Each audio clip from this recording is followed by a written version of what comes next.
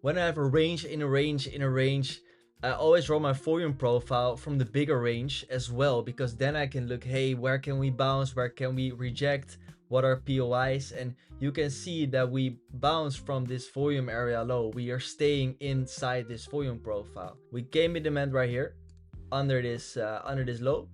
So the volume area low was around here. We came in structure demand there, and that was a place to bounce because below that you only had liquidity left. So this is your last place we could bounce from, and we did.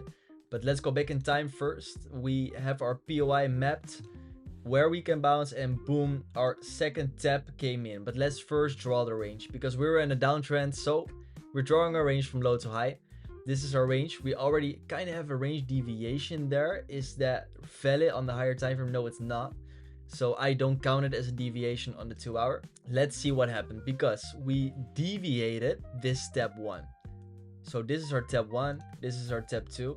Let's be precise here, by the way. Yeah, these are equal lows, so I grabbed the first, I just grabbed the first low. It's beautiful to see this bounce from this demand POI that shows the demand POI is working. Now we're going to watch for our POI for our step 3, and our POI for our step 3 is going to be this extreme liquidity point. Boom, put it on a chart. It's the first point, the first move down before you went up. So this is your extreme liquidity. Put your alert there and let price do its thing, and then wait for a break of structure. And what you can see here is all those highs building up. So what happened here? You left all those highs. This is an amazing liquidity trail. This is just the return to zone textbook. This is what you want to see. We grabbed extreme liquidity, put your step 3 on the chart, and what happened here? We broke structure on the low time frame. Entry is gonna be right here. Stop loss is gonna be below the low, and you target the range high. No, that's not the case. You might think that's the case, but that's not the case. What was Bitcoin doing? What was Bitcoin doing when we were there on Atom? Because you don't just take a trade. What was Bitcoin doing? Bitcoin was literally right here. Bitcoin didn't even take out this low yet. Bitcoin wasn't even in demand. Bitcoin wasn't accumulating. Are you gonna take a long on Atom then? Which looks amazing because Bitcoin isn't even accumulating. And when you don't have a confluence, it's not the best thing to take a trade. You can try it, of course, but yeah, if Bitcoin is gonna go down, your alt's gonna go down as well. So let's watch what happens, because this trade failed. All right, that's the reason it failed, because Bitcoin went lower as well. You delete this, you delete this, and you delete this, and you're watching for a Model 1. What happened here? Because this is very interesting. We're going on a bars pattern, we're going on a 30, and then we can see this amazing low. This is just, I'm talking about this every video. We're going lower, we're going lower, we're going lower from the higher low, boom, move up. This is textbook. This is an amazing low, which leaves demand, and this is your demand POI, structure demand, boom, leaving inefficiency, where you can go to for your retest, because your entry could already have been here. Bitcoin also made a good low, so indeed that could be your entry. But is it the most safe way? No, because you didn't form an accumulation schematic yet on Bitcoin. So you're going back to Atom again, and to be completely sure, you wait. But to be honest, you could have entered already here, because Bitcoin was forming a good low, was in demand, was bouncing from it. So this is a valid entry.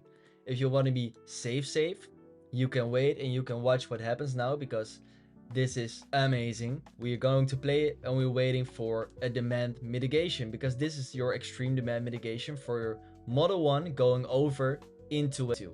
And you see what happens here when it put it on a bit higher time frame. Boom, we mitigated extreme demand. This is gonna be your Model 2 tap.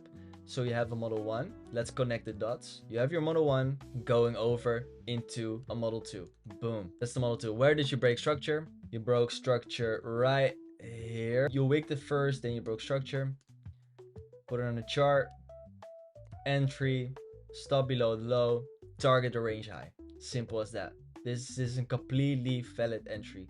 I wouldn't even look at the volume profile, to be honest. I don't care, because when something is this clean, I just enter full conviction, because when you have a return to zone like this, aggressive bounces, you have this amazing low on your tap 3 I just explained with an aggressive break of structure there, you're just gonna target the range high with full confidence and even take it with higher risk. 240, what was Bitcoin doing at 240? Bitcoin broke structure, boom, and you had your full confluence because Bitcoin was in a confirmed model 1 5.16 RR on a Saturday, on a Sunday morning, and let's play it. And this is the trade in real time. Amazing, we didn't reach the range high yet, and there you have it, you confirm model 1 going over into model 2 for an amazing 7 RR trade. It's insane on a Sunday morning. I hope you learned something about the confluences as well, because that is so important. Thanks for watching, bro. See you. Ciao.